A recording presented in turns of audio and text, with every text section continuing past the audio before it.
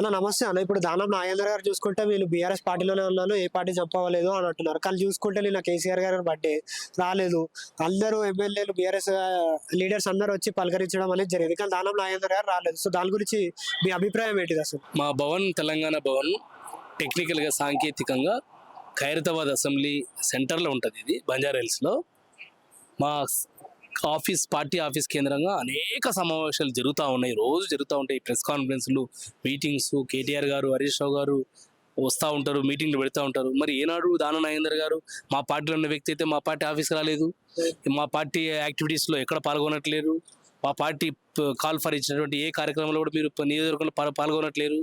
మరి మీరు ఎందుకు రావట్లేరు? అంటే మీకు కళ్ళు పోయినాయా, లేకపోతే కాళ్ళు పోయినాయా? భవన్ పార్టీ ఆఫీస్లోకి రాలేని పరిస్థితిలో ఉన్నారా మీరు? ఎందుకు ఎన్ని అబద్ధాలు ఎందుకు మాట్లాడతారు? చిల్లర రాజకీయాలు ఎందుకు చేస్తారు? ఆడితే స్టేట్ గేమ్ ఆడండి. ఈ వంకర టుంకర గేమ్ ఏంది ఇది? నువ్వు పక్కా కాంగ్రెస్ పార్టీ కండవ కప్పుకున్నావు. అప్పుడు ఆమె ఎవరు ఇన్ఛార్జ్ ఉన్నటువంటి వ్యక్తి, అదేవిధంగా మీనాక్షి నటరాజన్ పిసిసి అధ్యక్షులు రేవంత్ రెడ్డి గారి సమక్షంలో కాంగ్రెస్ పార్టీకి బాజాప్తా కండుగా కప్పుకున్నావు. బాజాప్తా కాంగ్రెస్ పార్టీ బీఫామ్ మీద పోటీ చేసినావు, సికింద్రాబాద్ పార్లమెంట్ గా పోటీ చేసినావు, ఓడిపోయినావు. నీకు కాంగ్రెస్ బీఫామ్ మీద పోటీ చేసి అస్సం గుర్తు మీద నీకు పోటీ చేస్తే నీకు ఓట్లు వచ్చినాయి, ఓటమి పొందినావు. మరి సిగ్గు లేకుండా ఎందుకు మాట్లాడతావా?